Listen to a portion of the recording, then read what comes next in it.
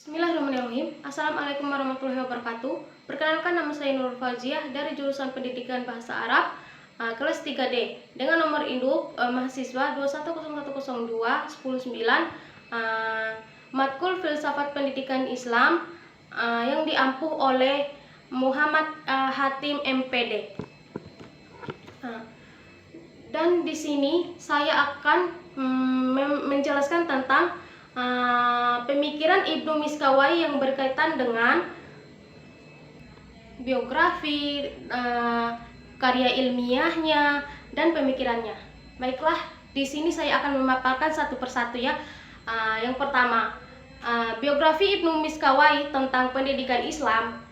Ibnu Miskawai adalah seorang ahli sejarah yang pemikirannya sangat cemerlang. Dialah ilmu Islam yang paling terkenal dan yang pertama kali menulis filsafat akhlak. Selain sebagai seorang filsuf yang terkenal di bidang etika, Ibnu Miskawai juga dikenal sebagai seorang sejarawan, tabib, ilmuwan, dan sastrawan. Baik, di sini saya akan menjelaskan yang kedua.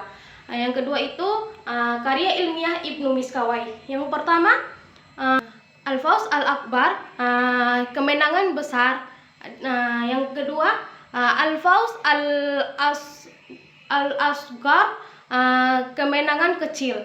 Dan yang ketiga, Al-Mustahfa, sair-sair pilihan. Dan yang keempat, Al-Jami, tentang jemaah. Yang kelima, Al-Siyah, tentang aturan hidup. Baiklah, di sini saya akan menjelaskan yang ketiga.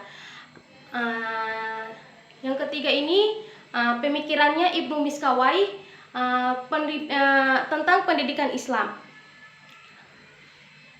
Sama dengan tokoh Islam yang lain, pemikiran Ibnu Miskawai juga sangat bermanfaat untuk manusia pada umumnya dan umat Islam pada khususnya. Salah satu contoh pemikiran Ibnu Miskawai ialah tentang moral atau akhlak. Yang pertama, menurut Ibnu Miskawai, moral atau akhlak untuk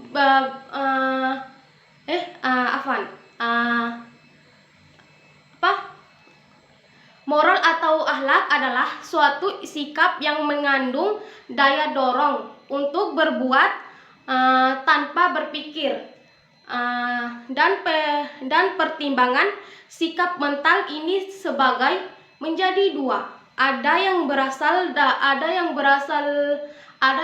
dari watak, dan ada pula yang berasal dari kebahasaan dan latihan. Berasal dari kebiasaan dan latihan. Ibnu Miskawai menolak pendapat sebagai pemikiran Yunani yang mengatakan akhlak yang berasal dari watak tidak mungkin berubah. Oleh Ibnu Miskawai ditegaskan kemungkinan perubahan akhlak itu terutama melalui pendidikan. Dengan demikian, dijumpai di tengah masyarakat ada orang memiliki akhlak yang dekat pada malaikat, dan ada pula yang lebih dekat kepada hewan. Yang kedua, menurut Ibnu Miskawai, tujuan pendidikan akhlak adalah terwujudnya sikap batin yang mampu mendorong secara spontan untuk melahirkan semua perbuatan yang bernilai baik sehingga mencapai kesempurnaan dan memperoleh kebahagiaan sejati dan sempurna.